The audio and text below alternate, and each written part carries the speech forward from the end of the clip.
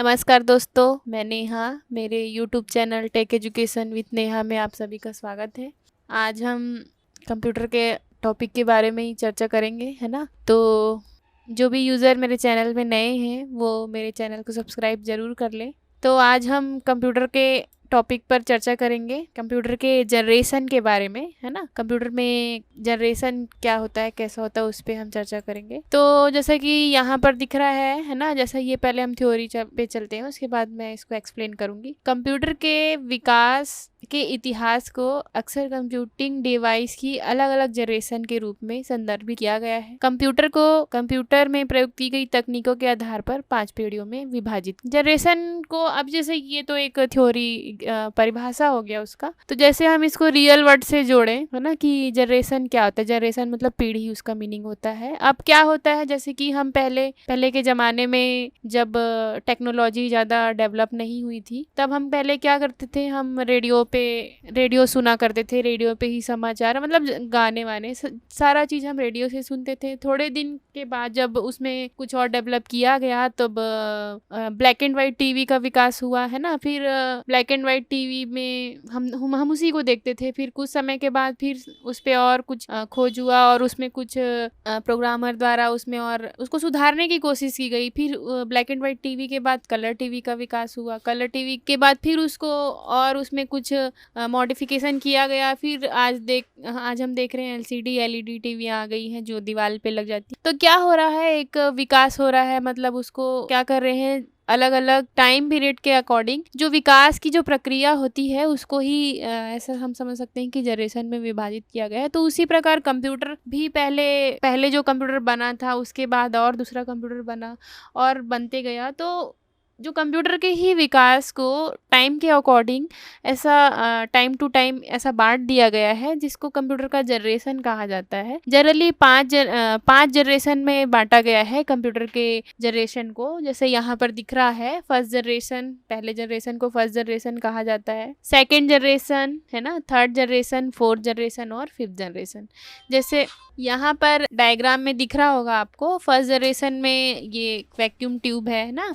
Second generation में ये transistor दिख रहा है। थर्ड जनरेशन में इंटीग्रेटेड सर्किट दिख रहा है। फोर्थ जनरेशन में वीएलएसआई दिख रहा है, very large scale integrated circuit, ठीक है। और उसके बाद दिख रहा है यूएलएसआई, मतलब अल्ट्रा लार्ज स्केल इंटीग्रेशन, है ना। ये सब एक जनरेशन मतलब विकास होता गया है कंप्यूटर में। तो कौन कौन से टेक्नोलॉजी उस जनरेशन में यूज हुआ है उसको यहाँ पे डिस्क्राइब किया गया है। नेक्स्ट हम आगे चलते हैं कंप्यूटर के फर्स्ट जनरेशन के बारे में। अच्छा, ये सन जो यहाँ पर लिखा है, इसको उतना वो एकदम ज़्यादा उसको यूनिक नहीं है, वो चेंज हो सकता है कभी कहीं पे कुछ है। तो सन से रिलेटेड कुछ उतना उस पर सोचने की ज़रूरत नहीं है, है ना। तो फर्स्ट जनरेशन क्या है पहले हम देख लेते हैं। फर्स्ट जनरेशन तो कंप्यूटर का जो विकास का क्रम जो शुरू हुआ, तो शुरुआत का जो समय होता है, शुरुआत का जो समय था उसको फर्स्ट जनरेशन कहा गया है। इसमें वैक्यूम ट्यूब का प्रयोग किया गया था कंप्यूटर में टेक्नोलॉजी के रूप में, है ना।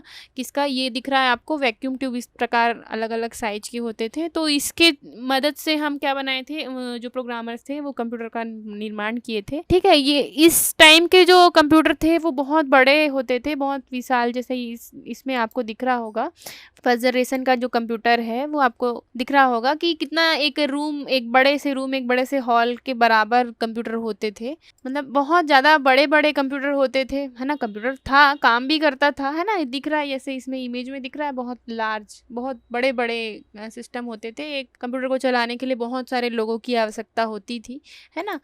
नेक्स्ट ये जो दिख रहा है ना, ये फर्स्ट जनरेशन का कंप्यूटर है। इसको वैक्यूम ट्यूब का यूज करके बनाया गया है ना। और इस जनरेशन की विशेषता क्या क्या है, पहले तो ये टाइम पीरियड, हाँ, कि इस टाइम से इस टाइम के बीच के जनरेशन को फर्स्ट जनरेशन कहा जाता है, ठीक है। इसमें वैक्यूम ट्यूब का इस्तेमाल किया जाता था, ठीक है। फर्स्ट जनरेशन के कंप्यूटर सिस्टम में इनपुट आउटपुट के लिए और स्टोरेज के लिए पंच कार्ड का यूज़ किया जाता था। स्टोरेज डिवाइस के लिए जैसे पंच कार्ड का यूज़ किया जाता था। पंच कार्ड एक स्टोरेज डिवाइस होता है, ठीक है। इस पर आगे हम चर्चा करेंगे कि पंच कार्ड होता क्या है ना। फर्स्ट जनरेशन में प्रोग्रामिंग के लिए क्या होता था, मशीन लेवल लैंग्वेज का यूज़ किया जाता था, ठीक है। तो ये एक फर्स्ट जनरेशन में यूज़ होने वाले उपकरण ये सब दिख रहे हैं, यानी एक यूनिवेक, है ना। अब इसके हानि क्या है, मतलब उसके डिसएडवांटेज क्या है। अगर इसमें कुछ कमी है तभी उसको कमी को दूर किया गया और फिर सेकंड जनरेशन का विकास हुआ, है ना। तो पहली पीढ़ी के कंप्यूटर की क्या क्या हानियां हैं, तो इसमें क्या होता था कि बहुत बड़े आकार के होते थे कंप्यूटर, है ना, बहुत महंगे होते थे, है ना। और क्या है, ऊर्जा जो पावर होता है बहुत ज्यादा अधिक उसमें खपत होता था, है ना। वैक्यूम ट्यूब का प्रयोग करने से क्या होता है, बहुत जल्दी गर्म हो जाते थे, ठीक है ना। तो गर्म हो जाते थे तो कूलिंग के लिए हमको बहुत ज्यादा एयर कंडीशनिंग की आवश्यकता पड़ती थी, है ना। इसका रख रखाव थोड़ा सा कठिन था, है ना। और स्पीड में बहुत, इनका स्पीड उतना अधिक नहीं था, बहुत कम स्पीड में काम करते थे। और साइज भी इतना बड़ा हो जाता था कि पॉसिबल नहीं है एक जगह से दूसरी जगह उसको आसानी से ले जाना, है ना।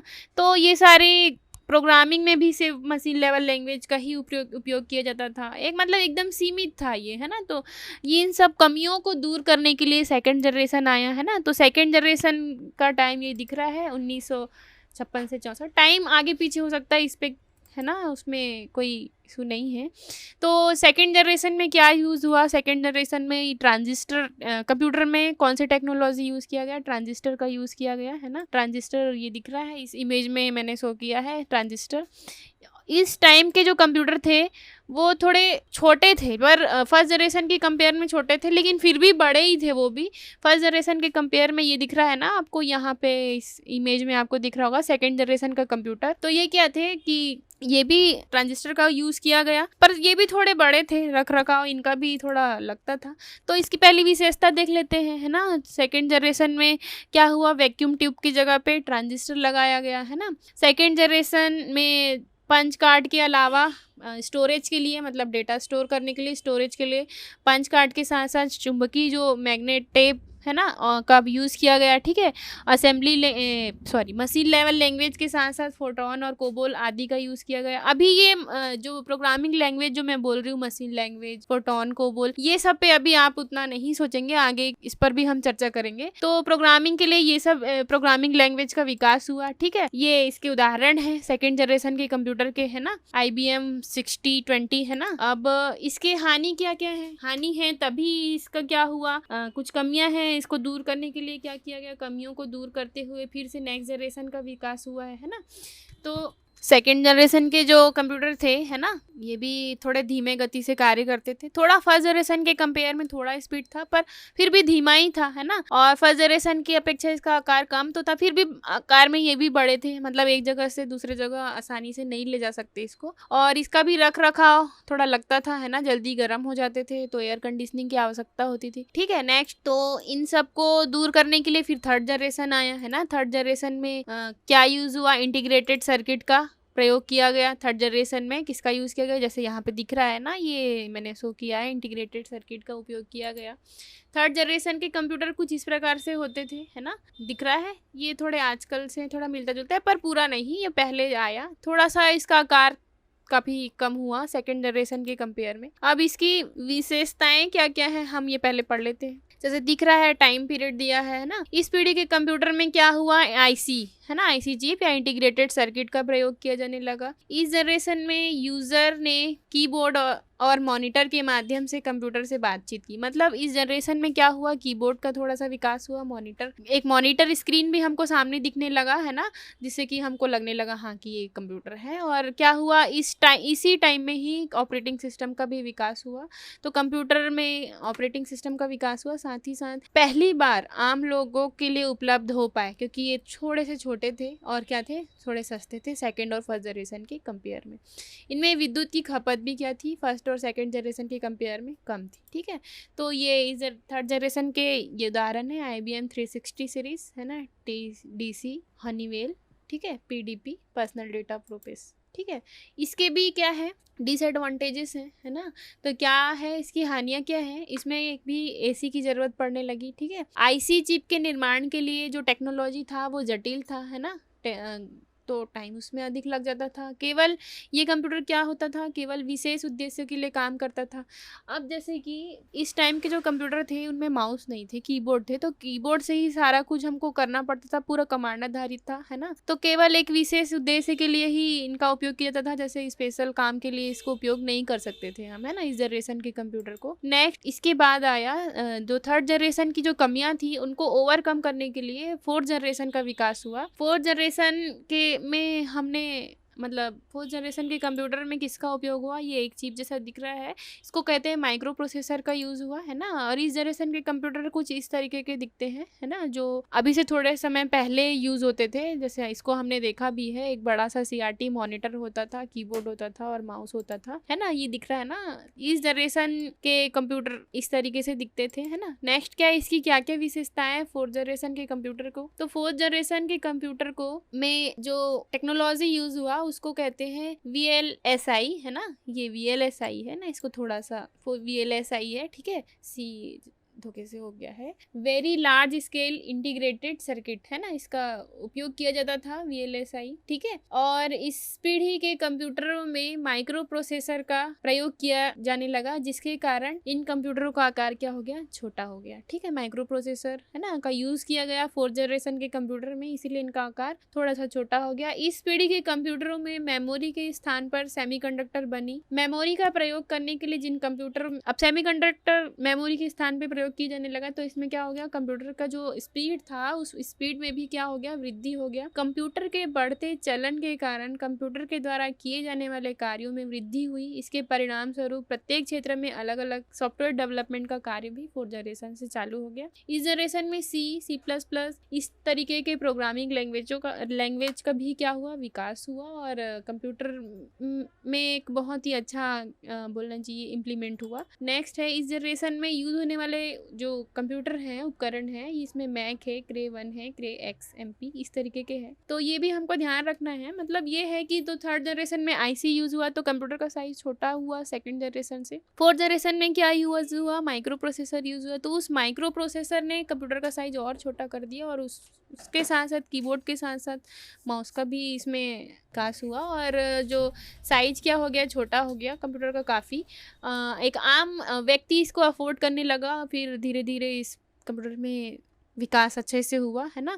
पहले क्या होते थे, साइज तो ऐसे ही बड़ा होता था कंप्यूटर का, है ना, अफोर्ड कर पाना बहुत मुश्किल था, महंगे भी होते थे, उपकरण चलाना भी आसान नहीं था, है ना, उतना आसान से नहीं चला सकते थे, है ना। अभी तो कितने आसानी से हमको सारा चीज़ हमको मोबाइल पे उपलब्ध हो जाते हैं। तो फोर्थ जनरेशन के जो डिसएडवांटेजेस हैं वो क्या क्या है, माइक्रो प्रोसेसर का यूज़ होता था, इसको डिज़ाइन करना और निर्माण करना क्या था, जटिल था।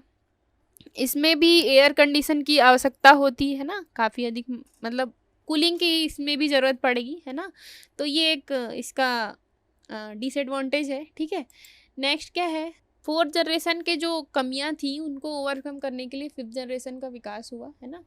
फिफ्थ जनरेशन में जो टेक्नोलॉजी यूज़ हुआ उसको ULSI कहा जाता है, या इसको फिर AI या आर्टिफिशियल इंटेलिजेंस के रूप में भी कहते हैं। आर्टिफिशियल इंटेलिजेंस मतलब कि आजकल जो रोबोट बन रहे हैं, रोबोट पे क्या कर देते हैं, प्रोग्राम सेट कर दिया जाता है, फिर वो क्या करते हैं, उसके अकॉर्डिंग क्या करते हैं, वर्क करते हैं।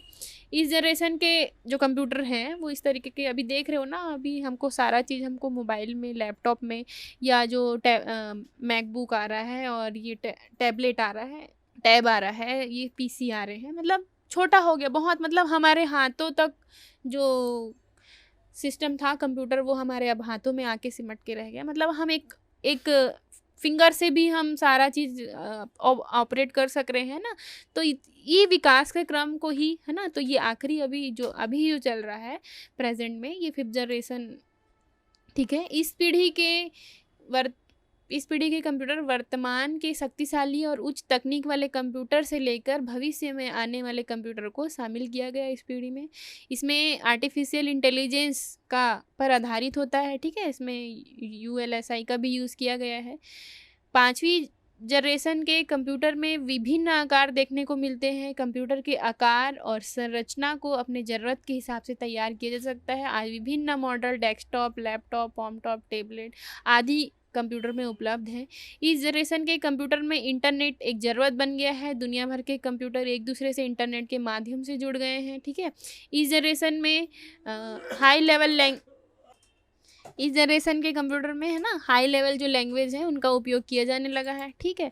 इस जनरेशन के उदाहरण है नोटबुक, अल्ट्राबुक, क्रोमबुक, है ना। अब हम एक ओवरव्यू देख लेते हैं कि जो कंप्यूटर का जनरेशन है उसमें क्या क्या, एक शॉर्ट क्विक रिवीजन जैसा हम कर लेते हैं। फर्स्ट जनरेशन में क्या हुआ, जो टेक्नोलॉजी था वो वैक्यूम ट्यूब का यूज़ किया गया, स्टोरेज के लिए पंच कार्ड का यूज़ किया गया, है ना। सेकंड जनरेशन में ट्रांजिस्टर का यूज़ किया गया, उसमें मैग्नेटिक टेप, स्टोरेज के लिए मैग्नेटिक टेप का विकास हुआ, है ना। थर्ड जनरेशन में कौन सा टेक्नोलॉजी यूज़ हुआ, तो इंटीग्रेटेड सर्किट का प्रयोग हुआ, है ना, और इसमें कैपेसिटी डिस्क के साथ साथ मैग्नेटिक टेप का भी यूज हुआ। फोर्थ जनरेशन में माइक्रो प्रोसेसर या VLSI का यूज हुआ, साथ ही साथ इसमें फ्लॉपी डिस्क का भी विकास हो चुका था, है ना, फोर्थ जनरेशन में स्टोरेज के लिए। फिफ्थ जनरेशन का देख रहा है, इसमें आर्टिफिशियल इंटेलिजेंट ULSI, इसके साथ साथ इसमें हार्ड डिस्क, स्टोरेज के लिए हार्ड डिस्क और ऑप्टिकल डिस्क का विकास हो गया था, ठीक है। अब एक लास्ट हम देख लेते हैं, ये टाइम पीरियड है, इसमें एक टेबल के रूप में शो किया है मैंने।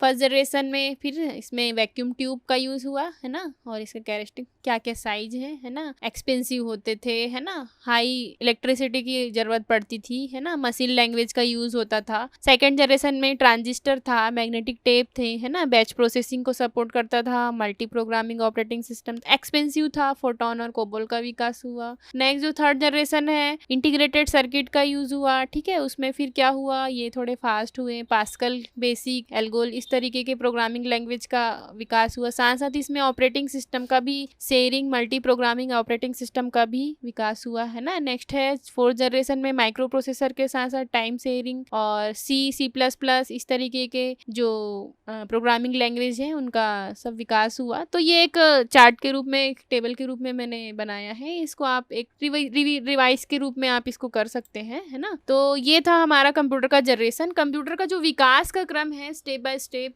पहले क्या आया, कैसे आया, उसमें क्या क्या कमियां थी, वो सबको ओवरकम करते हुए फिर उसके बाद और जो सेकंड जनरेशन आया, तो ये सब विकास के क्रम को ही क्या कहा जाता है, जनरेशन कहा जाता है, ठीक है। अगर मेरा वीडियो पसंद आया दोस्तों तो लाइक ज़रूर कीजिए, अपने दोस्तों के साथ शेयर ज़रूर कीजिए, मेरे चैनल पे जो यूज़र नए हैं सब्सक्राइब ज़रूर कीजिए और बेल आइकॉन को प्रेस ज़रूर कीजिए। Thank you guys.